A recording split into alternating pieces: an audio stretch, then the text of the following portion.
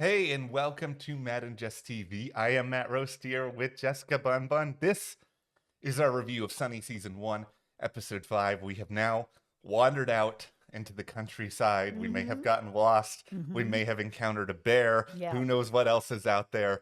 This was a weird episode of what is a very, very weird show. I will say for me, I liked it way more than episode 4. And I think a lot of that is just we had all these random characters and Hime and her family's operation. And it's just that's not really what I'm watching the show for.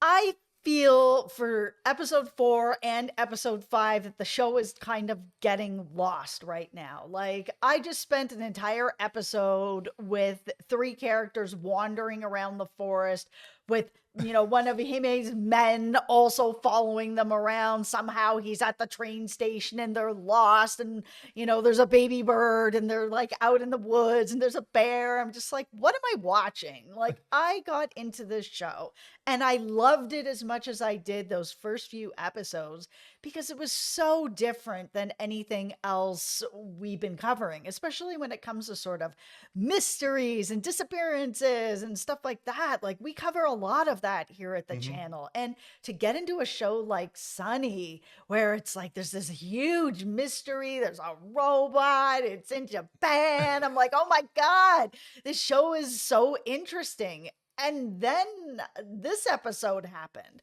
I felt lost in the woods too, where I found myself caring less and less about what was going on as they were getting deeper into the woods. I will say that the end of the episode brought in some stuff where I was like, okay, I'm back. You got me back.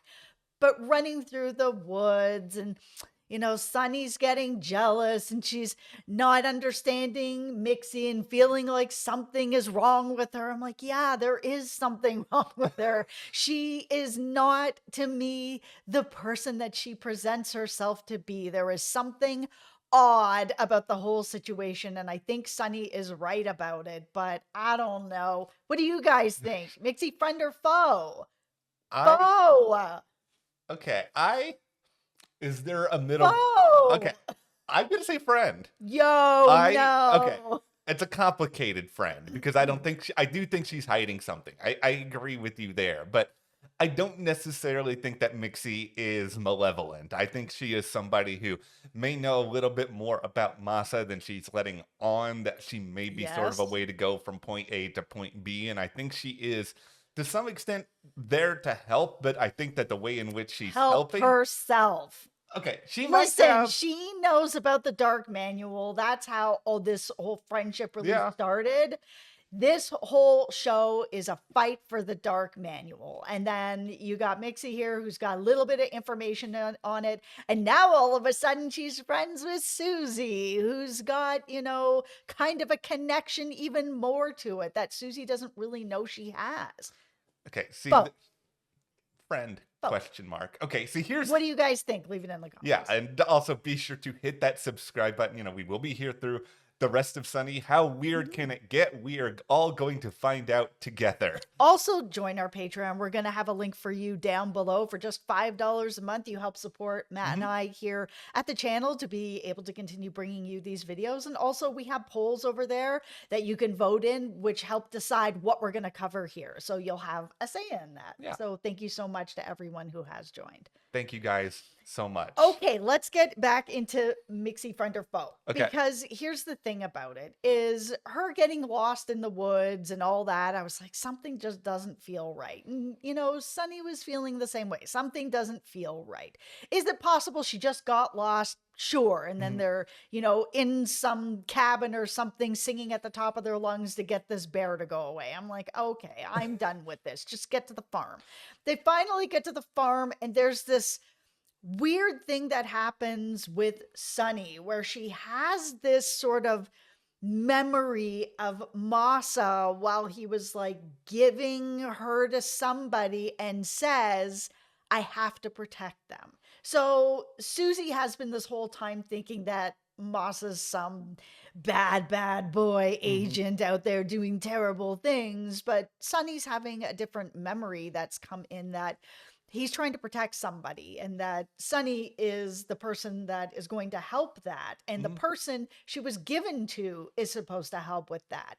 Mixie heard all of this. So while Sunny is telling Suzie, listen, I'm going to try my best here to get into my memories and try to figure out what this is all about. Mixie knows that too. Mhm. And then the next day, she wakes up, Suzie wakes up, Sunny is gone. And yes, there's a finger there, Mhm. Hime's finger, and a note.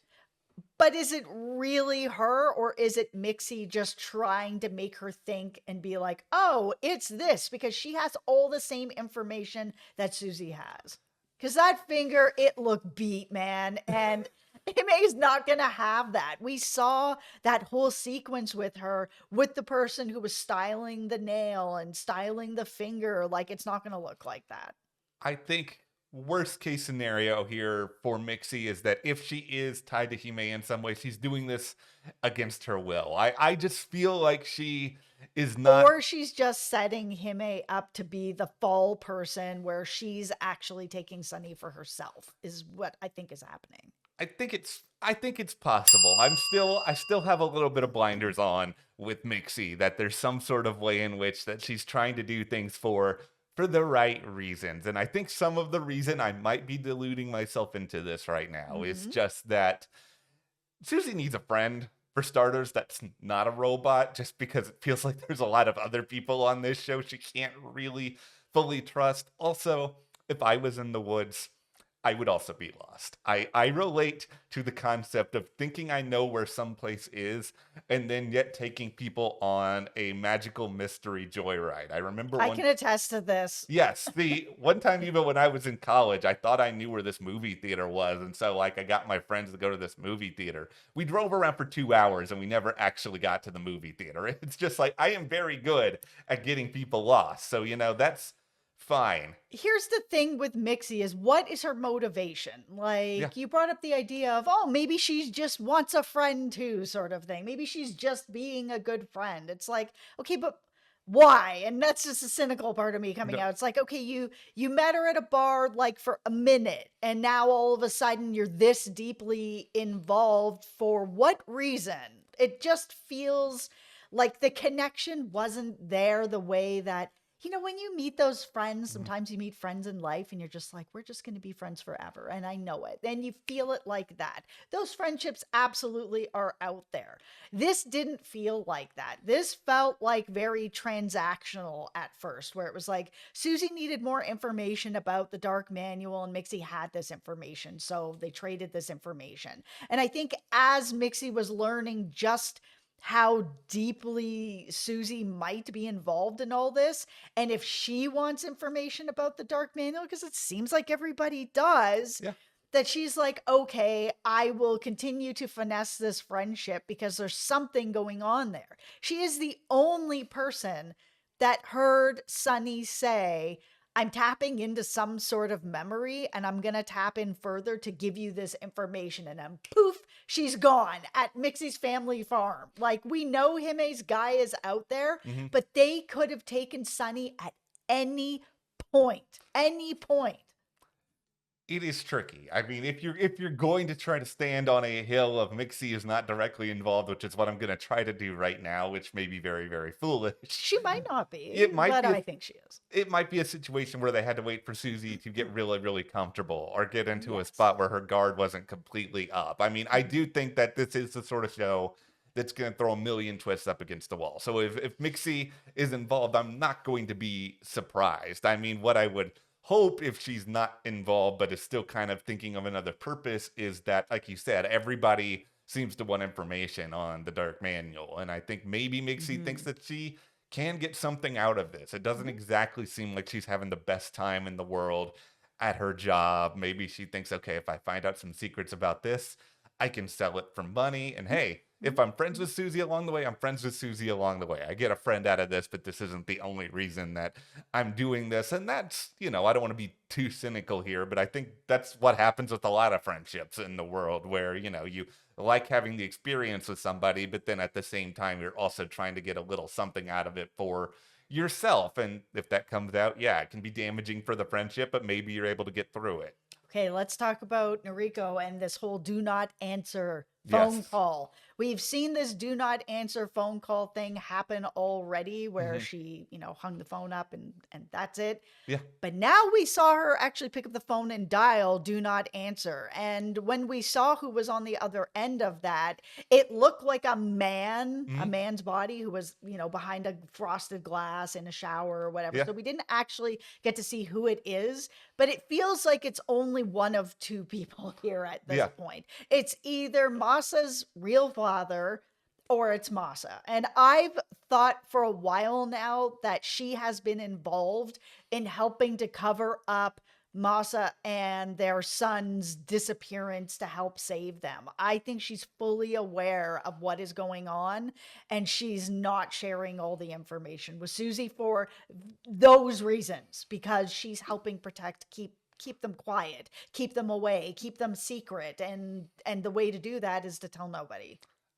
I think it. I will go with the option you mentioned of this is Masa's real father. Yeah. And where I'm starting to go with some of this now is that Masa is basically another generation of robotics researcher, and that Masa's Mhm. real father has been working on this for a long time. Mhm. Masa himself inherited some of the work, but it got to a point where it realized, okay, we're getting too close to something. And maybe this is a point that Masa's real father had already been on, and that maybe Masa had to go and find him. And maybe people think that Masa's real father is either not working on this or in the wind. I mean, the biggest thing that I clocked in addition to the body behind the frosted glass Mhm. was Mhm. there was a robot running around Mhm. there, Mhm. different shaped head. I Mhm. don't know what Mhm. exactly this means because we have not lived enough in this world, but is that a more advanced model? Is that just another aesthetic design of a home bot? But it just felt interesting to me that all the other home bots we've seen, including with Ime,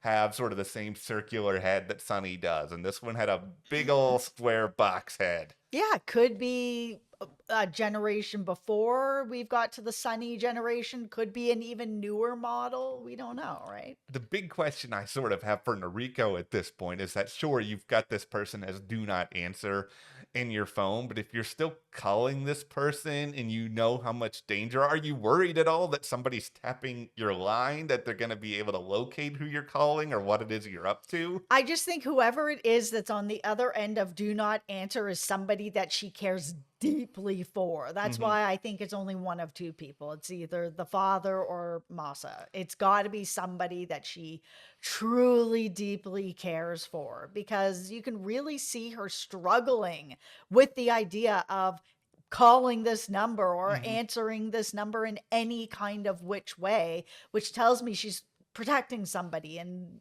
if you pick up this call, yeah, somebody might be listening. She might give something away.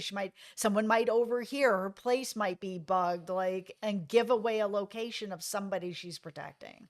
I think how the Noriko stuff works for me really well, especially in this episode where you see her sort of wandering around a little bit and seeing some of Masa's belongings, is just that grief can work in a lot of different ways. And even Mm-hmm. if she's aware of the fact that Masa is still alive, and I think we both think that Masa's still alive, and same goes with Zen, I think that she still can hold grief over this idea of, I don't know if I'm ever going to see this person again, because whatever is going on here, it doesn't seem like it's a quick fix solution, because I'm just going to assume here that if you are Noriko and you know there's a way to solve things, why wouldn't you be getting other people involved in all of it? I think she feels a sense of helplessness. This show really is about grief. I Hmm. mean, Yeah. with Susie and everything she's going through, and Nariko as well. I mean, we saw her even go to her friend's place to like drop something off. And it's like, oh, this person's having a birthday party for their grandchild. And they didn't invite her because they're like, oh, we know that your grandchild has gone missing and Yeah. we didn't want to hurt you or make it feel awkward for you or do anything that could make things worse for you. And even if she knows that Masa and her grandchild are still alive somewhere, she doesn't get to be in contact with them. And she knows that she may never get to be in contact with them again if they're on the other end of do not answer. So that's a form of her own grief where it's like the end of a relationship, right? You're Mhm. in a marriage for a long time. You have a friendship you've been friends with for, 20 years, and then it ends and you just don't get to see them again. They haven't died, but you're still going through that grief of losing that person. It spells and I think and articulates all of this out in a really interesting way, in a way that's kind of more complicated than a lot of other shows do. I Mhm. think they've done a very good job of handling a lot of that. I think they've also done a good job of sort of giving us little examples as to who people or who a robot may really truly be. I'm coming out of this episode feeling that the Sunny that we are seeing 99% of the time, I'm not talking about that little bit of the time where like reprograms herself and she's like able to like steal things, but the rest of the time, Bad Sunny. yeah, I really think this is good Sunny, because if Sunny is fully good, like she would do what she does with the baby bird in this episode. I think this is all to me a very clear microcosm of the idea that, okay, Sunny is inherently good. This robot isn't necessarily out there with like these super nefarious purposes, but there's still that part of the programming that can be tapped into in certain situations. But that's not who this Sunny is the rest of the time. Well, it's also interesting to learn that Sunny is still a learning robot, Mhm. right? And that she does feel things. She feels jealousy. She sees that Susie and Mixie are becoming closer, and that Sunny feels like she's getting left out, and she wants to try to find a way to bond with Susie. Okay, so she finds this little bird, and she's like, okay, well, Susie's a mom. So if I can maybe help this bird, then I can learn what it's like to care for something Mhm. and be a mom. And then we can bond that way, not really understanding that's not exactly how human relationships Yeah. work. You don't create something to be able to bond with somebody. It's not really the way that it works, right? Mixie and Susie are just bonding, and it's just the way that it is. But it was nice to see that conversation at the end with Susie and Sunny where she's still learning through that as well, that communication where Susie's telling her that's not how it works. We have our bond, me and Mixie have our bond. Like, it's, you can have more than one friend, it's a-okay, it works out.